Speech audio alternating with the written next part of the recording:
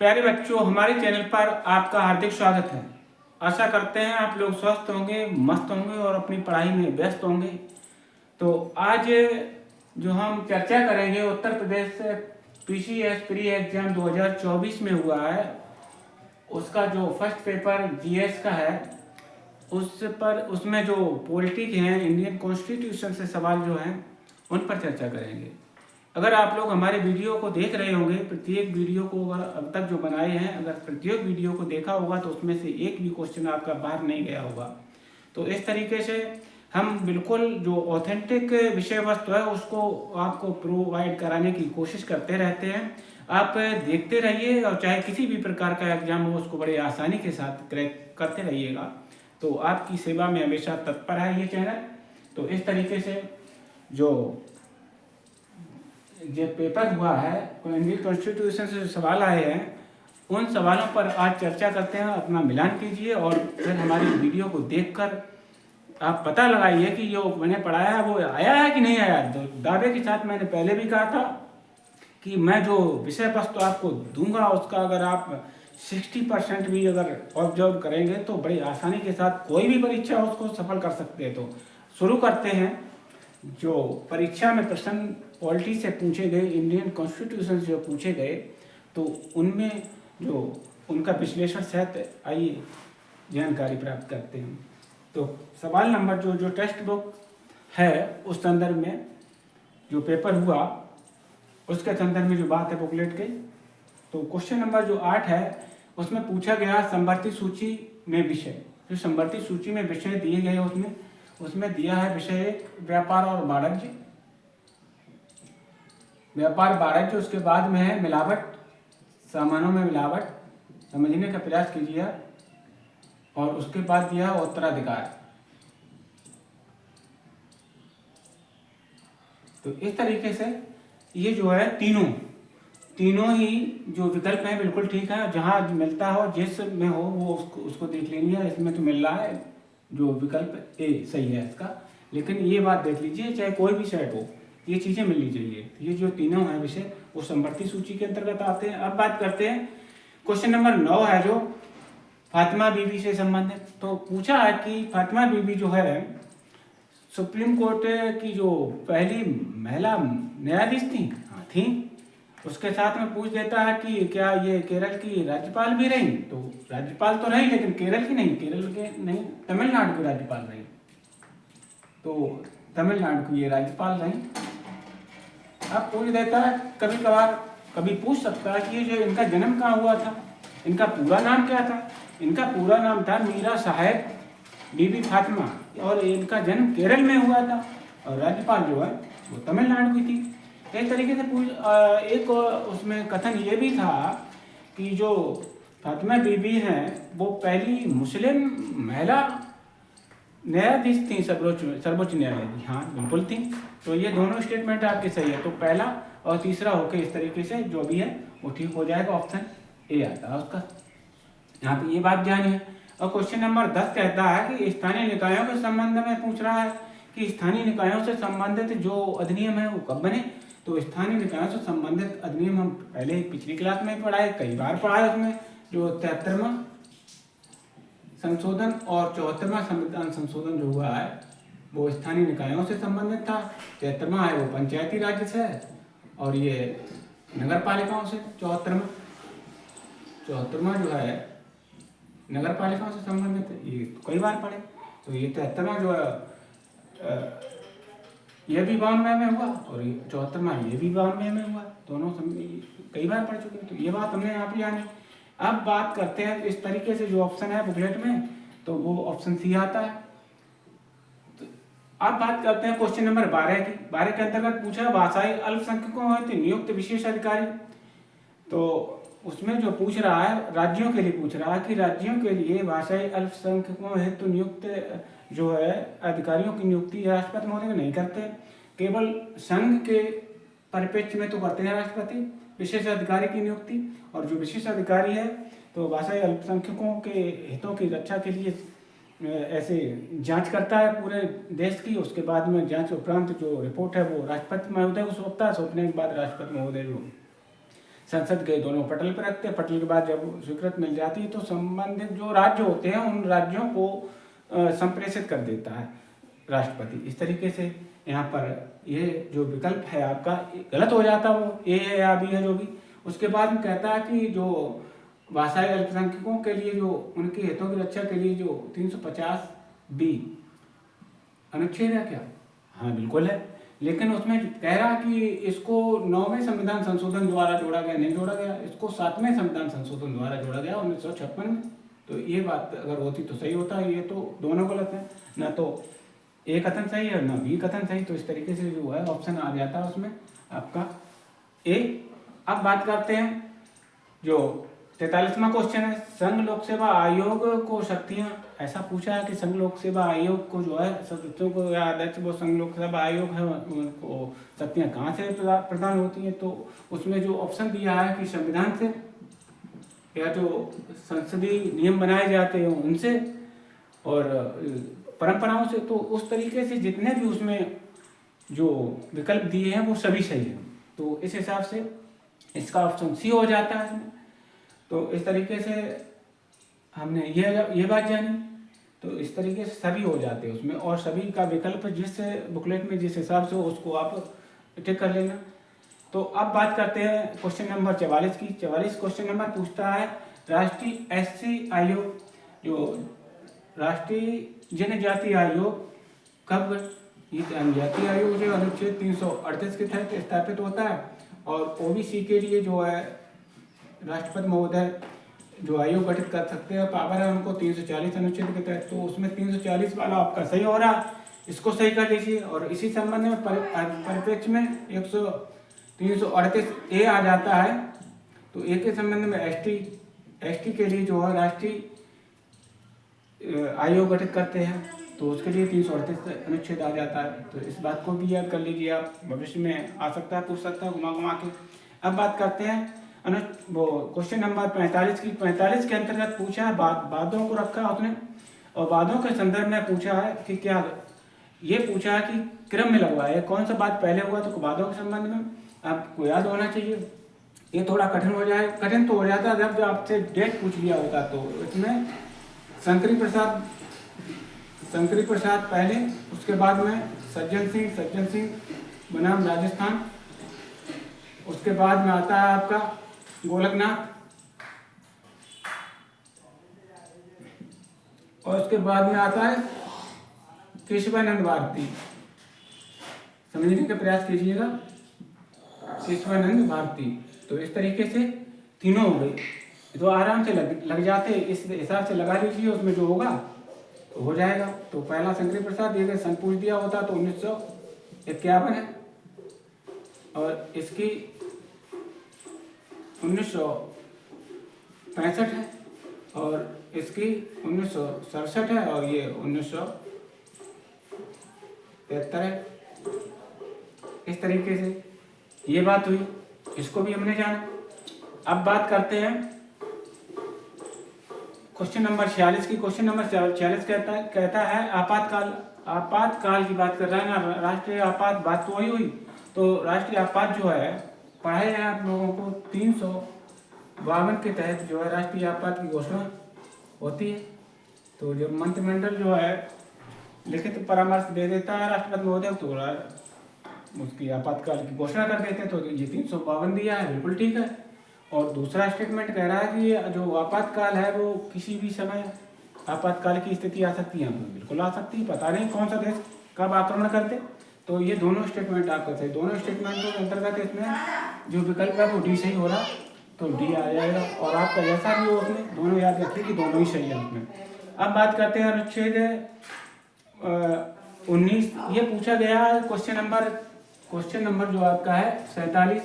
तो 47 में पूछा गया अनुच्छेद 19 के बारे में कितना अच्छे तरीके से पढ़ाया आपको मौलिक अधिकारों। तो अनुच्छेद 19A के अंतर्गत जो सर्वप्रथम जो बोलने की स्वतंत्रता होने से जो फर्स्ट के तहत, उसके बाद जब बोलने गए हम तो बोलने के बाद हम सभा करेंगे, तो दूसरे में सभा आ जाएगी। फिर उसके बाद सभा करेंगे, सभा करने के बाद हम संघ बनाने की कोशिश करेंगे, संगठन बनाएंगे अपना, तीसरे में संगठन हो गया। और जब संघ बनाएंगे तो संघ के साथ हम घूमेंगे विचरण करेंगे, कहीं भी पूरे देश में कर सकते हैं ना। तो विचरण करने के बाद जब हमको कहीं शाम हो जाएगी तो हम रुकने की भी व्यवस्था करेंगे, रुकने के लिए हमको बस चाहिए तो घर भी बनाएंगे। उसके बाद जब घर बनाएंगे तो जब रहेंगे हम ना, तो उसके लिए हमें व्यापार भी चाहिए। इस तरीके से सभी आ जाता है उसमें। और इस तरीके से जो 19 फर्स्ट चा के तहत 19(1) और चा के तहत जो संपत्ति की बात कही गई थी उसको निरस्त कर दिया गया। जो संपत्ति की बात 31वें अनुच्छेद के अंतर्गत 31वें अनुच्छेद के अंतर्गत और 19वें अनुच्छेद के अंतर्गत जो बातें थी उनको 44वें संविधान संशोधन द्वारा निरस्त कर दिया गया। तो अब जो है ये तो संपत्ति का अधिकार नहीं था, उसमें विकल्प ए ही आ रहा था उसमें कि जो संपत्ति रखने की पावर थी वही गलत था इसमें, तो ऑप्शन इसका ए हो जाएगा। इस तरीके से हमने ये भी जाना। अब बात करते हैं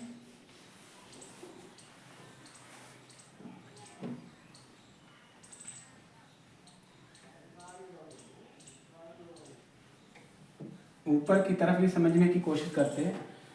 जो क्वेश्चन नंबर 48 था राज्यपाल के संदर्भ में, तो राज्यपाल के संदर्भ में क्या पूछ रहा था आपसे, ये तो प्रश्न में देख के देखो। उसमें ये है, पूछ रहा है कि किसी व्यक्ति को एक से अधिक राज्य का राज्यपाल नियुक्त किया जा सकता है। देखिए वैसे तो प्रत्येक राज्य के लिए एक राज्यपाल होगा अनुच्छेद 153 के तहत, लेकिन जो 7वां संविधान संशोधन हुआ, 7वें संविधान संशोधन द्वारा जो 1956 में हुआ, उसके तहत ये व्यवस्था कर दी गई कि जो राज्यपाल है एक ही राज्यपाल को एक से अधिक राज्यों में जो है नियुक्त किया जा सकता है। तो इस हिसाब से वो स्टेटमेंट आपका है कि नहीं है तो वो गलत हो जाता। तो दूसरा जब आता उसमें कि जो 100 अनुच्छेद 153 के तहत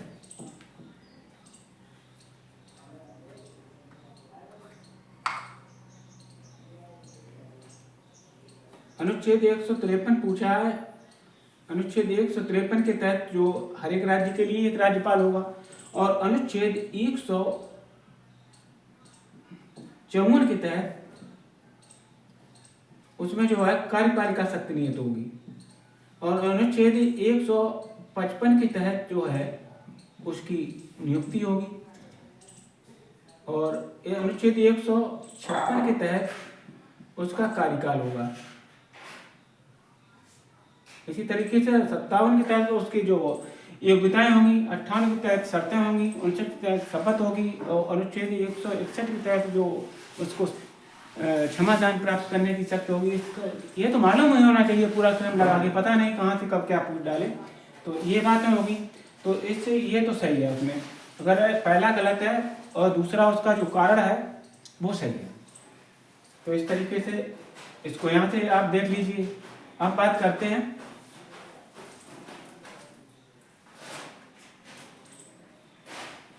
जो संसद को बिल बनाने की शक्ति, तो संसद जो है बिल बनाने की शक्ति के संदर्भ में पूछा गया। तो संसद जो है संविधान से संबंधित जो भी संविधान संशोधन है उसको वो बना सकती, लेकिन यहाँ पर जो कथन पूछा गया है कि जो राज्यों के नाम में परिवर्तन करने की शक्ति, और उसमें दिया है कि विधानमंडलों को नहीं, विधानमंडलों को नहीं है। जो संविधान में संशोधन करने की शक्ति पिछले उसमें पढ़ भी चुके क्लासों में कि जो नए राज्यों की स्थापना, नए राज्यों का गठन और नए राज्यों की सीमा में परिवर्तन, उसके नाम में परिवर्तन, ये सब अधिकार जो हैं वो संसद को है, भारतीय संसद को है, ना कि राज्य विधानमंडलों को। तो ये बात रखनी है याद आपको। तो जो ऑप्शन होगा उसके हिसाब से आप उसको टिक कर दीजिएगा। अब बात करते हैं जो नया पूछा कि संचित निधि।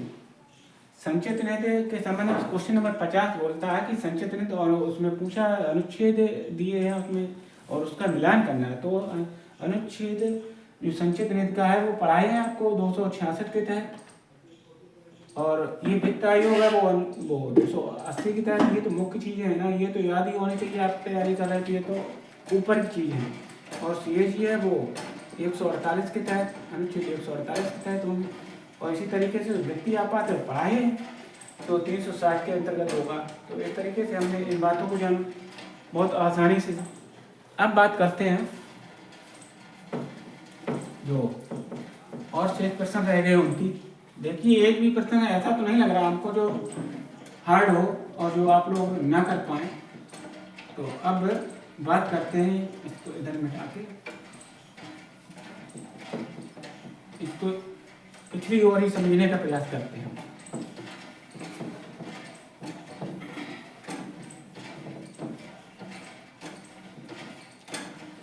अब जो बात करते हैं क्वेश्चन नंबर 51 की, तो क्वेश्चन नंबर 51 के तहत क्या कहा गया, एक तरफ अस्पृश्यता दिया था, उसमें तो अस्पृश्यता को पढ़े हम लोग जो है वो 17 के अंतर्गत, अनुच्छेद 17 के अंतर्गत जो है अस्पृश्यता आती है।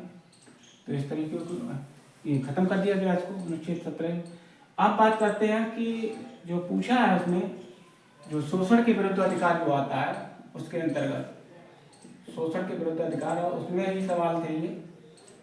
तो उसमें जो मानव व्यापार और जो 14 वर्ष से कम बच्चों के कारखाने की बात कही गई, तो ये दोनों ही सही विकल्प हैं और बाकी जो गलत है। तो इस हिसाब से आपका जो भी को उसमें बन रहा है वो ठीक कर लीजिए। मानव व्यापार और बच्चों को मतलब जो है खतरनाक कारखानों में काम करने पर रोक, यही दो बातें हैं उसमें और कुछ भी नहीं है। तो इस तरीके से 51 का जो देखो उसमें हो जाएगा, ये दो बातें हैं। अब बात करते हैं जो क्वेश्चन नंबर 77 की। 77 में पूछा गया है राष्ट्रपति किस सदन का सदस्य होता है। जो राष्ट्रपति है वो संसद के किसी भी सदन का सदस्य नहीं होता। उसकी मतलब मान्यता तो होती है कि हाँ कि संसद सदस्य के रूप में, लेकिन सदस्य किसी का नहीं, तो ना लोकसभा का और ना राज्यसभा का। तो वो ऑप्शन आपका गलत हो गया। इस तरीके से अगर पूरी फिर कहता है उसमें कि जो संसद है वो राष्ट्रपति, लोकसभा और राज्यसभा तीनों से मिलकर बनती है। जो संसद है लोकसभा और राज्यसभा और राष्ट्रपति। तो ये बात तो सही है, ऊपर वाली बात तो वो गलत है लेकिन ये बात सही है। तो ये जो है आपका इस तरीके से ऑप्शन बी आ जाता है कि कथन जो है ये वाला सही है, जो लोकसभा और राज्यसभा प्लस राष्ट्रपति बराबर संसद। तो ये यहाँ पर आप जान लीजिए इसको, ये विकल्प सही है, उसमें विकल्प आ रहा है बी। तो अब बात करते हैं जो क्वेश्चन नंबर 78 है उसकी। 78 में पूछा है कि संविधान संशोधन की शक्ति, संविधान संशोधन की शक्ति है वो भी संसद के पास में। संविधान की संशोधन की शक्ति है वो संसद के पास है, ना कि राज्य विधानमंडल। संविधान की बात हो रही ना, तो उस तरीके से जो हमने पढ़ा है आपको 368 के तहत जो संशोधन होता है उस बारे में। संशोधन के तहत जो है जो संविधान संशोधन संबंधी जो विधेयक है वो लोकसभा में भी पेश किया जा सकता है और राज्यसभा में भी पेश किया जा सकता है। तो लोकसभा और राज्यसभा दोनों में जो है संविधान संशोधन संबंधी विधेयक पेश किए जा सकते हैं। तो ये जो विधेयक है वो किसी मंत्री या किसी गैर सरकारी सदस्य द्वारा भी पेश किए जा सकते हैं। पूर्व में भी चर्चा कर चुके, फिर यहाँ भी पर भी समझ लीजिए इसको। इस तरीके से यही सही है और इससे हिसाब में जो विकल्प आएगा आपका वो विकल्प उसका ए आएगा। अब बात करते हैं और विकल्प में भले गड़बड़ी हो जाए लेकिन जो हम बता रहे हैं उस पर ज़्यादा ध्यान देना आप लोग। अब बात करते हैं कि वो क्वेश्चन नंबर 79 की। 79 के तहत निर्वाचन आयोग भी पढ़ा है आपको। तो निर्वाचन आयोग का काम करना होता है कि राज्यों के विधानसभाओं के चुनाव, राष्ट्रपति के चुनाव, उपराष्ट्रपति के चुनाव, संसद सदस्यों के चुनाव कराना, ये जो है जो अखिल भारतीय निर्वाचन आयोग का कार्य है। और यहाँ पूछ रहा है नगर पालिकाओं, नगर निगमों, अच्छे तरीके से पढ़ाया आप लोगों को ये। तो ये जो है देख लीजिए आप कितना अच्छा तरीके से पढ़ाई। ये जो है राज्य निर्वाचन आयोग का काम होता है। तो राज्य निर्वाचन आयोग ये विवाद भी सुन जाएगा। तो इसमें जो ऑप्शन आएगा आपका डी आएगा कि उपयुक्त में से कोई नहीं। तो ये ऐसा करके अब आता है महत्वपूर्ण क्वेश्चन जो है यहाँ पर बहुत से हमने उसमें वो भी देखा, विश्लेषण किए और कहते हैं कि ये नहीं ये है। तो 80 का जो है आयोग कुछ भी कहे और कुछ भी नहीं, लेकिन एक मजबूत है। अगर इससे छोड़ के अगर आता है तो आप इसको चैलेंज कर सकते हैं। पूछ रहा है कि दंतबाला कमेटी और बलवंत राय मेहता कमेटी और GVK राव कमेटी और संतानम कमेटियां पूछ रहा है, उसमें सम्मिलित करवा रहा है। तो ये जो बलवंत राय मेहता कमेटी, ये भी पंचायती राज से थे, GK राव ये भी कमेटी, और के संतानम ये भी पूछ रहा है पंचायती राज वित्त, तो ये भी पंचायती राज, यह पंचायती राज के संतानम पंचायती राज वित्त समिति के भी अध्यक्ष थे और पंचायती निर्वाचन आयोग सुधार के भी अध्यक्ष थे इसमें। तो इस तरीके से ये 2 समितियों के अध्यक्ष थे। और उसके बाद में करेंगे तो जो विजिलेंस कमीशन होता उसके सतर्कता आयोग हेतु जो समिति गठित की गई थी, उसके भी आयोग के अध्यक्ष संतानम थे। ये संतानम जो है ये तो है इसमें, और जो नहीं है वो दंतेवाड़ा कमेटी जो है, ये ऑप्शन गलत है आपका, उसमें ए होगा, ये गलत है। ये जो थे बेरोजगारी से थे, बेरोजगारी हेतु उन्होंने रिपोर्ट दी थी, तो दंतेवाड़ा कमेटी है, ये ऑप्शन आपका उसमें गलत है और यही आपके प्रश्न सही है। अब बात करते हैं राज्यपाल की नियुक्ति। तो राज्यपाल की जो नियुक्ति के संबंध में जो है, अभी पिछले उसमें भी पढ़ा, नियुक्ति जो है 155 के अंतर्गत होती है, और उसमें कह रहा है बात उनको हटाने की 55 के अंतर्गत। तो ये विकल्प आपका गलत हो गया, पिछले उसमें भी चर्चा कर दी है, यहाँ पर भी चर्चा कर दी है। तो इस तरीके से ये भी हमने जाना, इसका विकल्प डी होता है। तो विकल्प आप अपने हिसाब से देख लीजिए, जो मैं बता रहा हूँ वो बिल्कुल सही है। अब बात करते हैं क्वेश्चन नंबर 115 के अंतर्गत सहकारी संघवाद और अर्ध सहकारी संघवाद, इस तरीके के स्टेटमेंट दिए हैं, लेकिन कुछ में एक में ही पढ़ाया आपको हमने। जो क्वासी फेडरल है अर्ध संघवाद जो है, उसको हमने केसी वेयर करके पढ़ाया है, केसी वेयर करके पढ़ाया है। तो उसको अगर आप पकड़ लिए होते तो उसी से पूरा मिल जाता उसमें। और सहकारी संघवाद ये ऑस्टिन है इसके सहकारी संघवाद के जो। तो इस तरीके से यहाँ पर भी आपका सवाल सही हो जाता। अगर आप देखे होते वीडियो तो बड़े आसानी के साथ एक भी सवाल गलत नहीं होता आपका। और नहीं मानते तो देख लीजिए उसको हर एक भाग में जाके, तो सभी क्वेश्चन मिलेंगे आपको। अब बात करते हैं क्वेश्चन नंबर 16, और 16 के अंतर्गत जो सवाल है आपका, जो बलवंत राय मेहता ने त्रिस्तरीय पंचायती राज प्रणाली की जो सिफारिश की थी, तो उसमें पूछ रहा कौन सा स्तर में। तो उसमें एक था, उसमें न्याय पंचायत, तो न्याय पंचायत है, ये स्तर में था। देखिए बड़े अच्छे तरीके से पढ़ाने का प्रयास करते हैं, धीरे धीरे इसलिए पढ़ाते हैं कि आप लोगों को समझ में आ जाए। एक्सप्रेस तो चलाने नहीं, समझ जाए आप, यही पर्याप्त समझ जाए। और जब तक आपकी स्मृति अच्छी नहीं होगी तब तक आप मतलब कोई भी टेस्ट निकाल नहीं सकते। तो स्मृति अच्छी नहीं तो उसके लिए ज़्यादा मेहनत करनी पड़ेगी आपको। अगर वीडियो हमारा आप लोगों को अच्छा लगता है तो हमें शेयर कीजिए, हमारे चैनल को सब्सक्राइब कीजिए, अपने दोस्तों के साथ ऐसे शेयर कीजिए, हमको भी मोटिवेशन मिलती रहे। हम आपको ये इसके बाद हम दूसरी विषय वस्तु देंगे। इतना तो दावा है जो हम पढ़ा देंगे उससे इतर जाएगा ही नहीं, जाएगा तो सबके लिए कठिन होगा, तो आपके लिए भी कठिन होगा। अगर आप परीक्षा में सफल होना चाहते तो हमारे प्रत्येक वीडियो को अवश्य देखिए और आसानी के साथ अपनी परीक्षा को सफल बनाइएगा, ये मेरा दावा है। तो अब बात इसी से आप अंदाजा लगा सकते हो। इसी तरीके से विषय वस्तु और अच्छी प्रदान कराएंगे हर एक जो परीक्षा में आने लायक है। तो इस तरीके से न्याय पंचायत जो है, यही वाला ऑप्शन आपका गलत होगा। तो यहाँ ऑप्शन जो है 116 के अंतर्गत सी आएगा। यहाँ पे बोलने में अगर हमसे कोई भूल हो जाए तो जो हम बता रहे हैं उसको आप ध्यान रखना। अब बात करते हैं हम जो क्वेश्चन नंबर 117 की, लोकपाल और लोकायुक्त।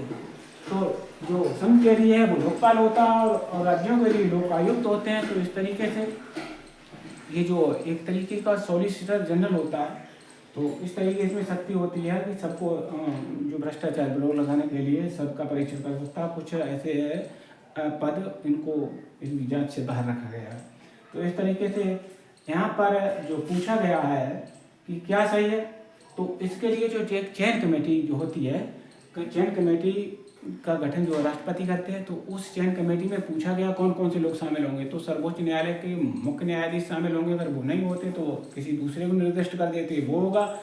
और अगर इसलिए तो हो गया, तो इसके जो है 8 सदस्य होते हैं और एक नौवां जो है वो अध्यक्ष होता है लोक आयुक्त लोकपाल में। तो इस तरीके से जो इसके आधे सदस्य हैं वो न्याय से संबंधित होते हैं और जिनको न्याय कार्यों में अच्छा ज्ञान हो, वो आधे हैं वो सामाजिक क्षेत्र के विभिन्न वर्गों से ST SC ST OBC आदि जो है महिला इस तरीके से आगे इस तरीके से होंगे।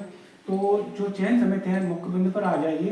तो चयन समिति जो है उसमें सर्वोच्च न्यायालय के मुख्य न्यायाधीश या उनके द्वारा कोई नियुक्त किया जाता वो, और उसके बाद जो लोकसभा के अध्यक्ष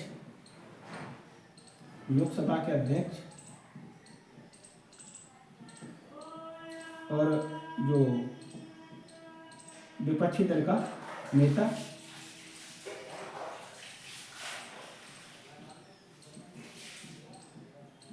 इस तरीके से ये जो विकल्प है वो सही है। एक जो उसमें दिया है सभापति का, सभापति राज्यसभा का सभापति, ये नहीं होते। तो इस तरीके से चयन समिति में जो राज्यसभा के सभापति है वो नहीं होंगे 2013 की जो उसके अनुसार। अब बात करते हैं जो क्वेश्चन नंबर 118 है। तो 118 के अंतर्गत अनुच्छेद दिए गए थे और वो संविधान संशोधन दिए गए थे और उनका मिलान करना था कि किस वर्ष में हुए ये ना, ये बात थी उसके अंतर्गत। तो संविधान 42वां संविधान संशोधन था। तो 42वां संविधान संशोधन कई बार पढ़े हैं, 1976 में और 44वां 1978 में। इसी तरीके से 10-10 का गैप करके पूछा। देखो उसने यहाँ पर जो 52वां संविधान संशोधन हुआ ये 1985 में हुआ, ये जो है वो दल बदलते थे। इसी तरीके से 86वां संविधान संशोधन ये 2002 में हुआ। ये जो 14 वर्ष से जो 6 से 14 वर्ष के बच्चों के लिए इसमें व्यवस्था की शिक्षा की प्राथमिक शिक्षा की निःशुल्क एवं मनमानी शिक्षा के लिए निःशुल्क एवं प्राथमिक शिक्षा के लिए। तो अब ये जो है 96वां संविधान संशोधन ये 2011 में हुआ। ये 2011 में हुआ। इसके तहत क्या है, इसके तहत जो उड़िया भाषा थी उड़िया, तो उड़िया को ओडिया कर दिया गया। इसको उड़िया था, उड़िया को ओडिया कर दिया। तो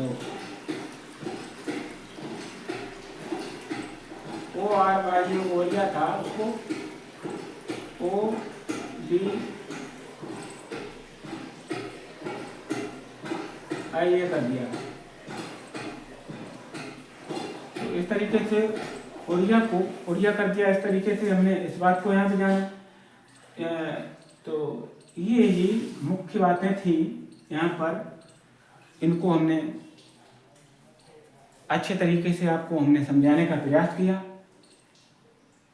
अब इसमें जो विश्लेषण है पॉलिटी का कर दिया। इसी तरीके से अगली क्लास में जो है जियोग्राफी का करेंगे और इस तरीके से सभी क्वेश्चनों का जो है विश्लेषण कर देंगे। जो सरल क्वेश्चन हैं उन पर भी ध्यान देंगे। तो इसमें तो हमको सभी सरल क्वेश्चन लग रहे हैं कि केवल फातिमा बीबी को छोड़कर ये तो लगभग सभी आने चाहिए थे आपको।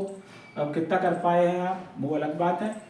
और वैसे तो मुझको आकलन ये लगता है कि 100 क्वेश्चन के करीब तो बिल्कुल सरल क्वेश्चन थे। इसको अगर आप प्रथम दृष्टया किए होते तो बड़ी आसानी से कर लिए होते।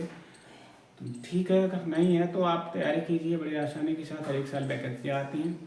हमारी शुभकामनाएं आपके साथ हैं। तो अगर वीडियो अच्छा लगे तो हमारे चैनल को सब्सक्राइब अवश्य करना और अपने दोस्तों के साथ शेयर करना। जय हिंद, जय भारत।